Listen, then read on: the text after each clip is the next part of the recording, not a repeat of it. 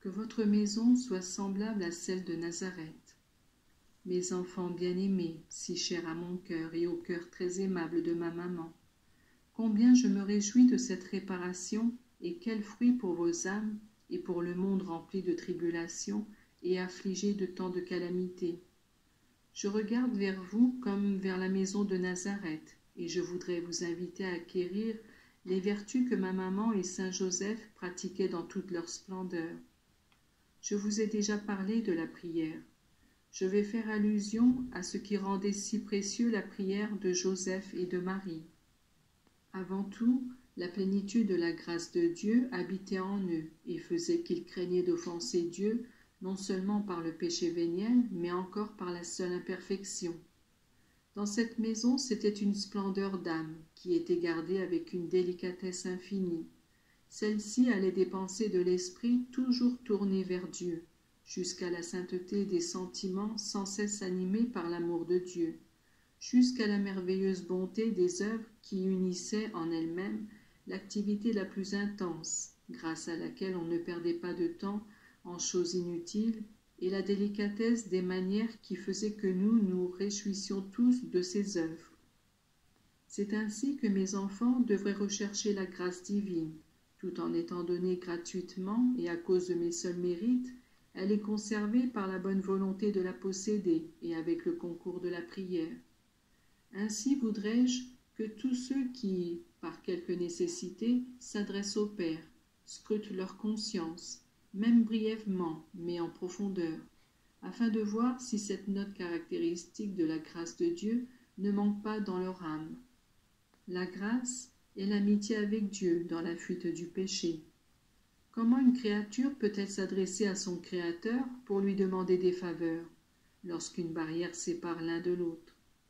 Plus la splendeur de la grâce rendra votre âme méritante, plus vous serez facilement exaucé dans vos requêtes.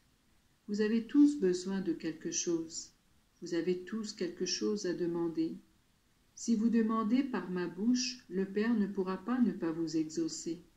Moi, je prie en vous, je parle, je demande en vous et pour vous lorsque vous êtes en état de grâce. Moi, je confonds ma voix avec la vôtre, de manière à surmonter et à vaincre votre faiblesse.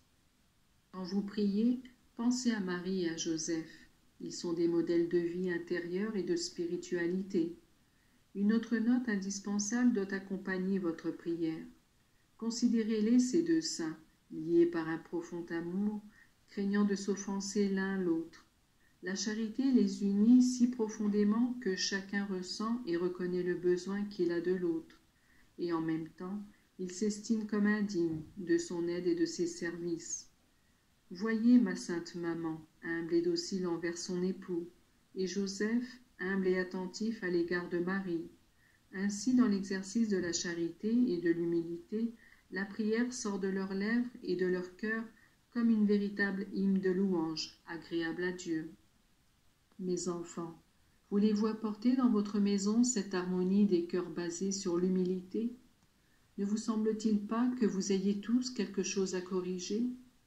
Si vous voulez rendre vos cœurs agréables à Dieu, dépouillez-vous de ces malveillances qui maintes fois ruinent la paix familiale. Sachez vous humilier, mes enfants, car l'humilité jaillit de cette « Voici la servante du Seigneur » qui vous met au service de Dieu. N'agissez pas autrement que le Seigneur, qui fait se lever avec générosité le soleil sur les bons et sur les méchants. Le monde est constitué de bons et de méchants, de ceux qui paraissent bons et ne le sont pas, de ceux qui paraissent méchants et ne le sont pas. Vous demandez au Seigneur d'ôter l'ivraie du bon grain. Je vous ai répondu que ce n'est pas possible, parce qu'en arrachant l'ivraie, on pourrait aussi arracher le bon grain.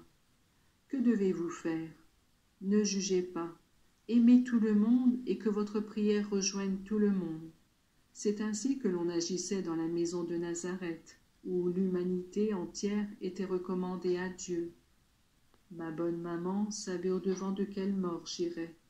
Judas aussi venait chez elle, et bien qu'une sainte terreur étreignît le cœur de ma maman lorsqu'il entrait dans notre humble maisonnette, elle priait cependant pour mes bourreaux, et en accueillant Judas, elle le recommandait à Dieu pour qu'il se convertît.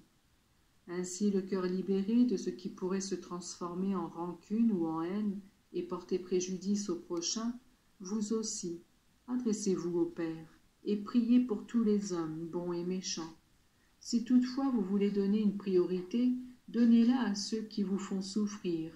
À eux, donnez les prémices de vos sacrifices et demandez pour eux faveur et grâce.